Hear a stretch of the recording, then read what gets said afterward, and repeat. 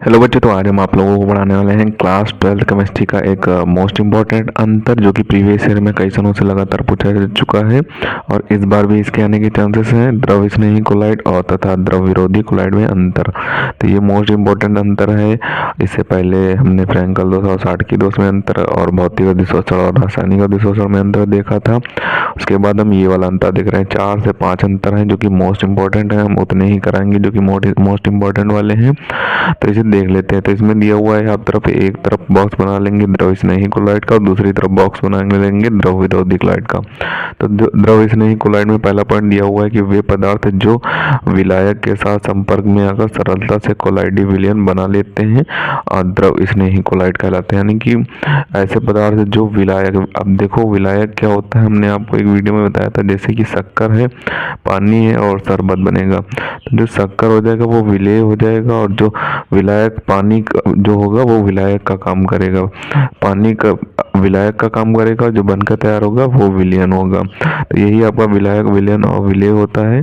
तो इसका पहला पॉइंट हमने आपको बता दिया। अब द्रव विरोधी कोलाइड का पहला पॉइंट देखते हैं। तो इसमें पहला पॉइंट दिया हुआ है कि वे पदार्थ जो विलायक के संपर्क में आकर सरलता से कोलाइडी विलयन नहीं बना पाते हैं द्रव विरोधी कोलाइड कहलाते हैं। तो यहाँ पे द्रव स्नेही कोलाइड में दूसरा पॉइंट क्या दिया हुआ उसे देख लेते हैं। द्रव स्नेही कोलाइड में दूसरा पॉइंट दिया हुआ है, ये अत्यधिक जलायोजित होते हैं। यानी कि जो द्रव स्नेही कोलाइड होते हैं ये अत्यधिक जल से युक्त होते हैं, जल के संपर्क में होते हैं। और ये जो द्रव विरोधी कोलाइड होता है ये अत्यधिक जलायोजित नहीं होते। इसमें दूसरा पॉइंट ये दिया हुआ है, यानी कि अत्यधिक जलायोजित नहीं होते हैं लेकिन जलायोजित ये भी होते हैं कुछ कुछ। और द्रव स्नेही कोलाइड में तीसरा पॉइंट क्या दिया उसे देख लेते। तो तीसरा पॉइंट यहाँ पे दिया हुआ है कि इनका कोलाइडी विलयन अधिक स्थायी होता है। यानी कि जो इनका कोलाइडी विलयन बनता है द्रव स्नेही कोलाइड का, तो ये जो कोलाइडी विलयन बनता है वो अधिक समय तक चलता है, अधिक स्थायी होता है। और जो द्रव विरोधी कोलाइड होता है इनका कोलाइडी विलयन कम स्थायी होता है, यानी कि कम समय तक चलता है, कम स्थायी होता है।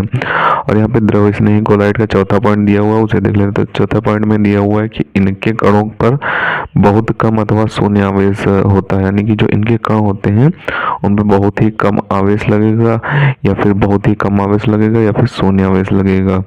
और ये जो द्रव स्नेही द्रव विरोधी कोलाइड होते हैं इसमें चौथा पॉइंट दिया हुआ है कि इनके कणों पर एक निश्चित धनात्मक एवं ऋणात्मक आवेश होता है। यानी कि इनके जो द्रव विरोधी कोलाइड के कण होते हैं उन पर एक निश्चित आवेश लगता है। अब वो धनात्मक भी हो सकता है आवेश और ऋणात्मक भी हो सकता है।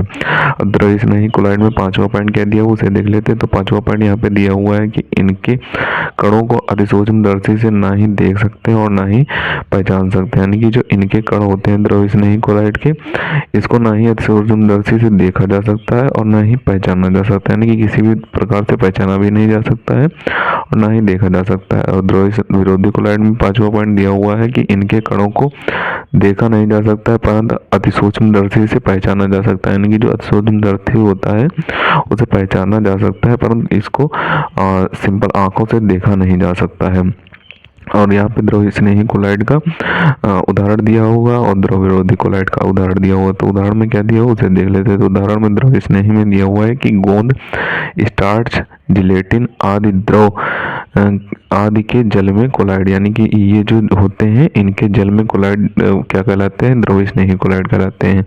और द्रव विरोधी कोलाइड में उदाहरण क्या दिया हुआ, धातु ऑक्साइड आदि के जल में कोलाइड द्रव विरोधी कोलाइड कहलाते हैं। यानी कि जो धातु होता है और धातु ऑक्साइड होता है इसके जल में कोलाइड जो होते हैं वो क्या कहलाते हैं, द्रव विरोधी कोलाइड कहलाते हैं। अब इनका आप ऊपर से स्क्रीनशॉट कर लें, मोस्ट इंपॉर्टेंट अंतर है, कई बार आ चुका है, इस बार भी इसके आने के चांसेस हैं। तो अगर आपसे ये 3 या 2 नंबर में पूछा जाए तो आप 2 पॉइंट लिख के उदाहरण लिख देना, और अगर 5 नंबर में या 4 नंबर में या 3 नंबर में अगर पूछा जाए तो आपको पूरा लिखना है। 2 नंबर में अगर पूछा जाए तो 2 पॉइंट लिख के आप उदाहरण लिख सकते हैं। 3 से 4 नंबर में पूछा जाए तो आपको पूरा लिखना होगा। तो आप सबसे पहले इसका ऊपर से स्क्रीनशॉट कर लें। अब बचे हुए पॉइंटों का स्क्रीनशॉट करें और जो लास्ट में 2 पॉइंट बच गए उनका भी स्क्रीनशॉट कर लें। तो इन्हें आपको अच्छे तरीके से तैयार कर लेना है, मोस्ट इंपॉर्टेंट है, कई सालों से लगातार पूछा जा रहा है, इस बार भी इसके आने के चांसेस हैं। तो मिलते हैं किसी नए वीडियो में नए टॉपिक के साथ, तब तक के लिए धन्यवाद। और अगर अभी तक आपने हमारे चैनल को सब्सक्राइब नहीं किया है तो प्लीज़ सब्सक्राइब जरूर कर लें, क्योंकि हम इसी तरीके से क्लास 12 से रिलेटेड इंपॉर्टेंट टॉपिक पर वीडियो डालते रहते हैं।